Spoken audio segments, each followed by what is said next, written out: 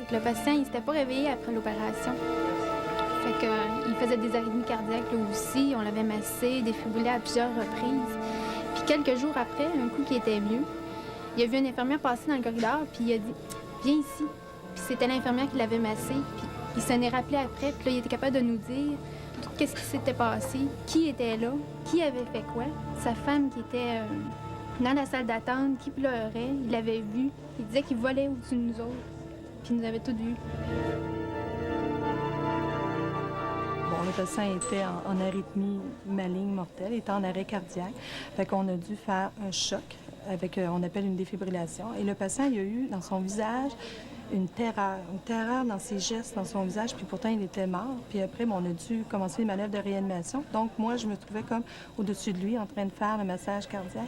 Et après, il s'est senti soulagé. Puis entre autres, ce qu'il avait vu, il disait qu'il s'est vu dans un genre de couloir très, très foncé, très dense, et avec comme des bras, des gestes qui voulaient comme l'enlever, l'arracher, puis il a eu peur. J'ai eu une panique totale. Ils sont 13 millions selon un sondage Gallup.